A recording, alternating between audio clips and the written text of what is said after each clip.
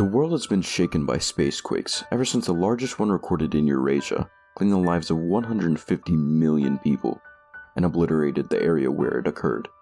Japan was no exception to this, but people eventually returned to their normal lives amidst the constant threat of space quakes' occurrence.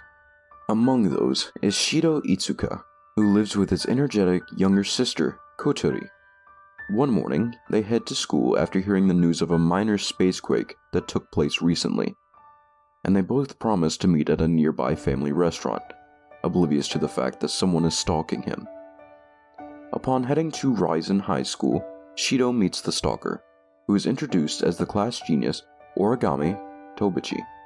Soon, a spacequake emergency alert was announced throughout the metropolis, prompting the people to undergo evacuation procedures assisted by the latest technology. Before long, much of the population is safe underground. However, Shido discovers that Kotori's GPS location is still at the family restaurant. Afraid for her safety, Shido goes out to get her, but on his way, he is swept away by a spacequake that rendered much of the buildings around him into rubble.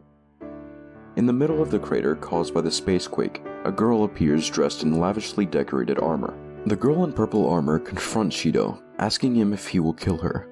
Before Shido could answer her, several flying units swoop down, with the one in the middle aggressively attacking the mysterious girl using missiles.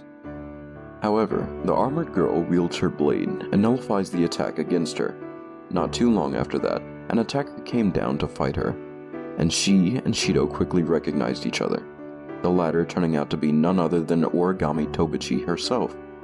Soon, Origami prepares to fight the girl in purple armor using an energy sword, and the battle unleashes a powerful shockwave that ultimately knocks Shido out. Shido soon finds himself being monitored by a lady in military attire named Renee Murasame. Renee tells Shido that he's aboard the Fraxinus, the vessel of Ratatasker, after he lost consciousness in the battle. Renee discovers that Shido is asking too many questions that she could handle, so she took him to the bridge where Shido discovers that the captain of the Fraxinus is his younger sister, Kotori. As Kotori explains the situation about the mysterious girl earlier, whom she calls a spirit, Shido notices that Kotori seems to have a completely different personality than before. Kotori simply shrugs it off and proceeds to explain what a spirit is, among other things. Kotori explains that spirits are otherworldly beings who create spacequakes upon arriving on Earth, regardless of their will. Secondly, the ones who attacked the spirit earlier were the AST, or Anti-Spirit Team, a task force with duties to combat spirits who manifest on Earth. Thirdly, there is a way to defeat a spirit without killing it, and Shido is the person they need for this. Kotori asks Shido to return to his normal life. However, Shido demands more of his questions to be answered, to which Kotori complies. Kotori reveals that she left her phone in the family restaurant shortly after parting with Shido. Presently, they are currently 15,000 meters above sea level, in the sky above the void zone created by the spacequake earlier. The day after that, Renee Murasame joins the faculty of Risen High School and makes quite an impression as she falls asleep while introducing herself as the new physics teacher. Shido later confronts Renee and Kotori about this, and the fact that Renee transformed the biology room into her laboratory. Renee thinks it's a good idea for someone from Ratatasker to watch over him, while Kotori has already done something about her middle school education. Soon, Kotori asks Renee to give Shido a look at the training module he would use for preparing himself as the newest weapon against spirits who manifest on Earth. As soon as the module finished loading, Shido discovers that the training module is a visual novel designed for him to learn how to make a spirit fall in love with him. Meanwhile, Origami meets up with Shido and confronts him about their unexpected encounter during the battle with the spirit the day before. Origami tells Shido to forget about the events that happened between her and the spirit. Shido soon asks about the spirit, and Origami tells him that she has to deal with them, as she was orphaned after a spirit killed her family 5 years ago.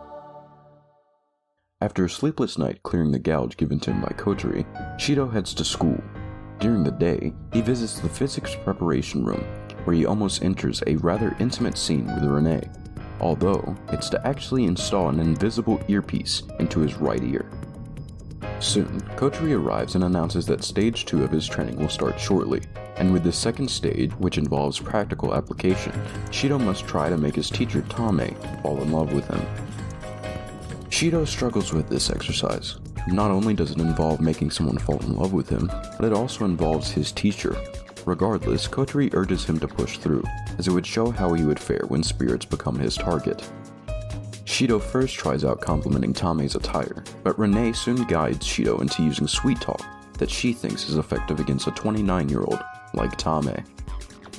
The plan worked, although Renee underestimates Tame's reaction to getting married of someone of Shido's age.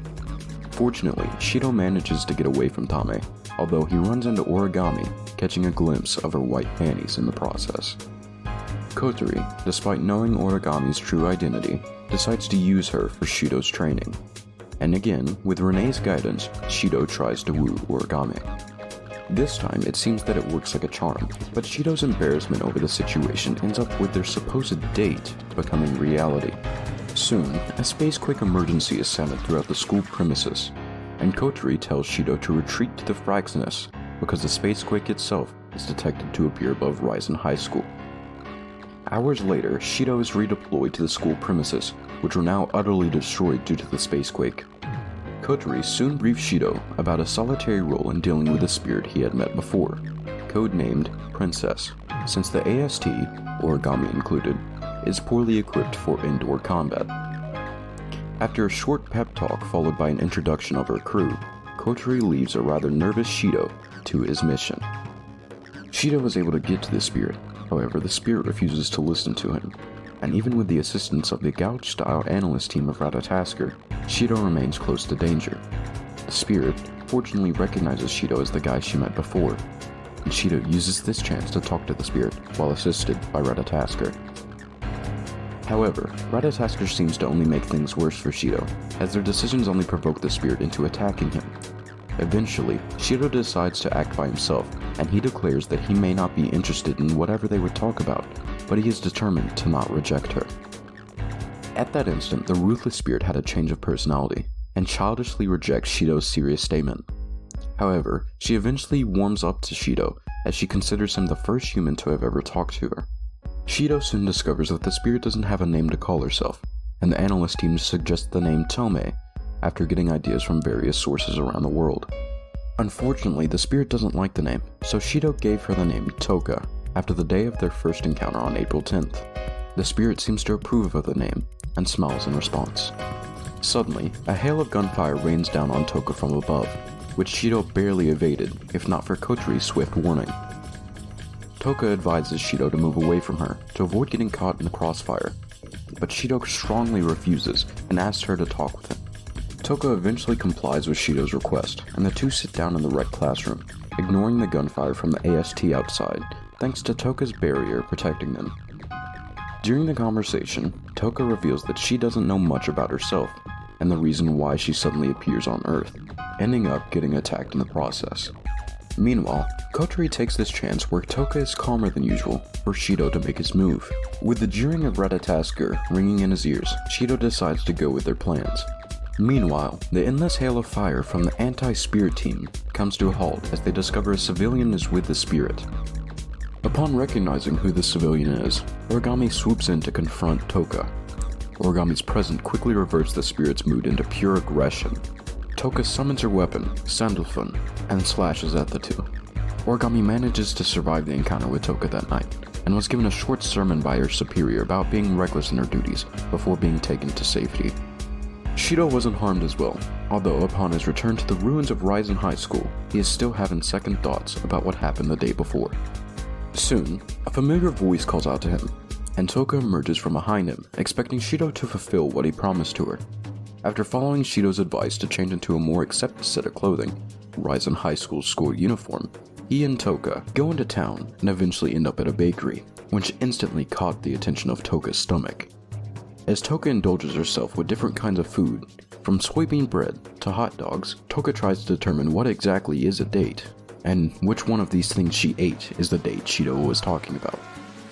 Shido tries to clarify things for her, but the infinitely inquisitive spirit continues to roam the city for anything that piques her interest, much to the sorrow of his wallet. While in the middle of the spirit's gluttonous adventure, Shido asked Toko why did she leave after the fight with Origami the day before, and she replied that she disappeared to another world, falling asleep afterwards. She also stated that she wakes up usually by force, leading to Shido's conclusion that spacequakes are made unintentionally. As well, Origami was seen watching the two from the shadows. Thanks to the vouchers he receives from a chance encounter with Tonamachi, Shido manages to afford to take Toka to a rather expensive restaurant. Shido gets surprised when many of the employees inside are people from Ratatasker, going undercover to monitor Toka's emotional levels.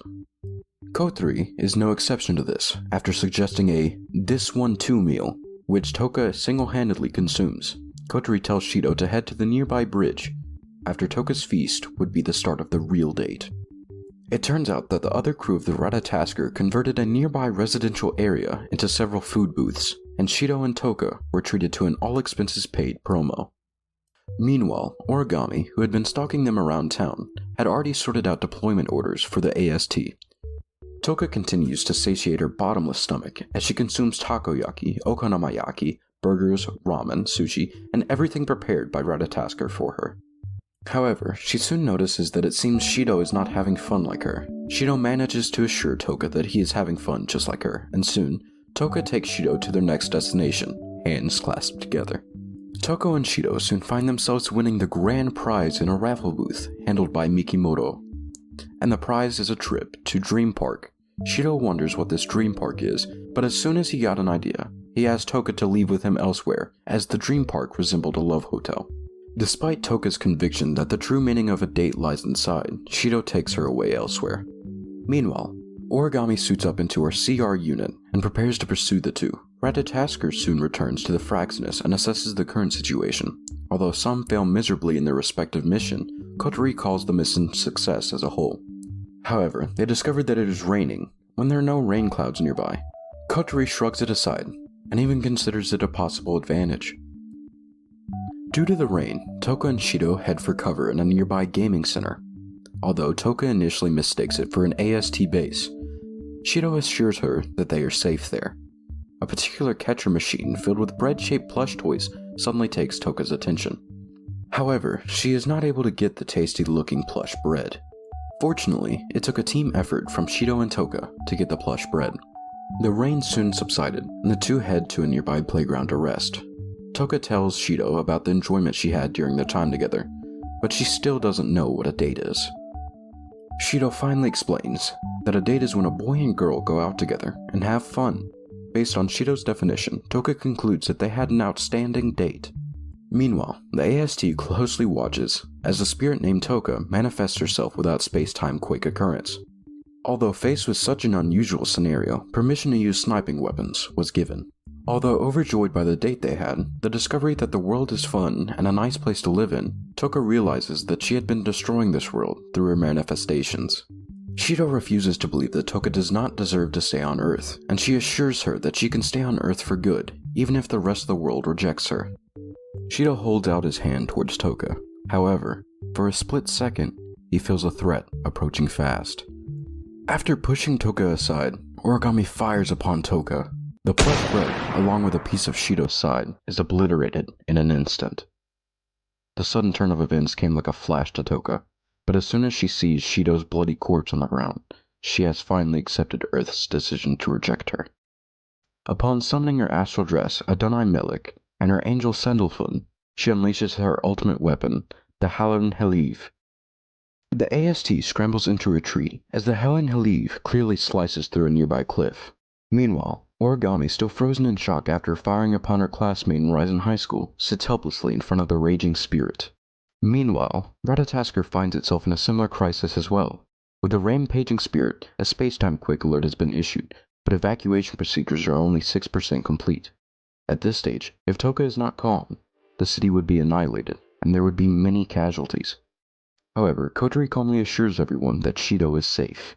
Soon enough, a burning flame envelops Shido's wound in a flash. A split second after, there is no trace of the fatal wound he had received.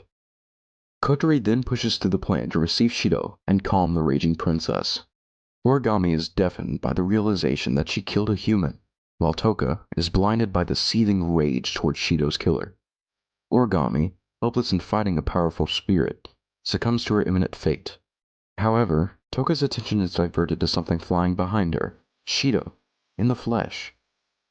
Toka is overjoyed to see Shido alive. However, she tells Shido that her final sword is reaching its critical limit, and the energy it holds must be released. Kotori soon contacts Shido and reminds him of the things she taught him regarding saving a princess. Shido tells Toka that they need to kiss, but soon finds himself running out of time to explain everything to her. Fortunately, Toka's inquisitiveness kicks in and she kisses Shido instead. As a result, all of the remnants of her spirit form dissipated, leaving behind a stark naked Toka who keeps her body close to keep him from seeing everything. Although embarrassed, Toka asks if Shido would take her again for a date. Upon hearing Shido's affirmative response, a warm smile emerges on the spirit's lips. At the end of the episode, it was revealed that Toka transferred to Shido's school. Thanks for watching. If you enjoyed it, be sure to let us know by leaving a like. Subscribe for more stories, and check out other stories here.